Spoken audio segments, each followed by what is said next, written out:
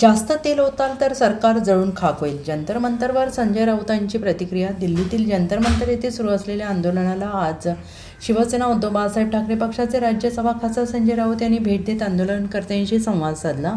आंदोलनाचे प्रमुख अभिजित तिपके यांच्यासह त्यांनी आंदोलनस्थळी उपस्थित राहून विद्यार्थी आणि आंदोलनकर्त्यांच्या मागण्यांना पाठिंबा दर्शवला. त्यानंतर माध्यमांशी बोलताना संजय राऊत यांनी म्हटले की शिवसेना पक्षप्रमुख उद्धव ठाकरे यांनी राजकारणापलीकडे जाऊन दिपके आणि सोनम वांगचूक यांच्या आंदोलनाला पाठिंबा दिला आहे. शिवाजी पार्कमधील अलीकडील सभा तसेच पुणे आणि नागपूरमध्ये मोठ्या प्रमाणात युवकांचा प्रतिसाद मिळाल्याचा उल्लेख करत त्यांनी देशभरात आंदोलनाची ठिणगी पडल्याचं म्हटलं आहे.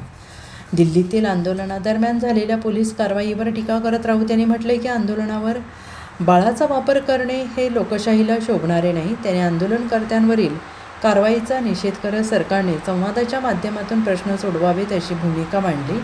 संजय राऊत यांनी आंदोलनाला पाठिंबा कायम राहील असे सांगताना गरज पडल्यास आपणही आंदोलनात सहभागी होऊ असं स्पष्ट केलं. आंदोलन देशहित राष्ट्रहितासाठी असल्याचा दावा करत त्यांनी आंदोलन दडपण्याचा प्रयत्न केल्यास त्याचे परिणाम सरकारला भोगावे लागतील असा इशारा दिला आहे. यावेळी त्यांनी केंद्रीय शिक्षण मंत्री धर्मेंद्र प्रधान यांच्यावर अप्रत्यक्ष टीका केली आहे.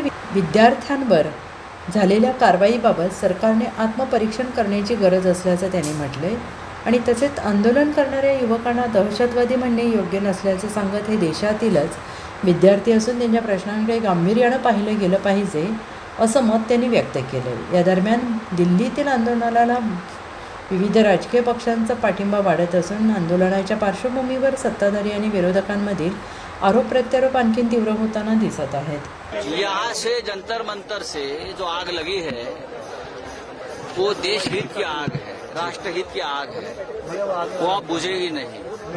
देश के युवा है, अभिजीत है, वांगचूक अस्पताल में है, फिर भी कल के आंदोलन के बाद भी हजारों के संख्या में आज युवा यहाँ इकट्ठा हुआ है. देश भर के शहरों में, गांव में, कस्बों में लोग सड़क पर उतरे हैं और अगर जरूरत पड़ी तो हमारे जैसे लोग भी यहाँ आकर बैठेंगे और अनशन करेंगे. मैं आपको अभी बताता हूँ, हमको मरने का डर नहीं है, न जेल का डर है. Bureau report, SPN Marathi, Mumbai.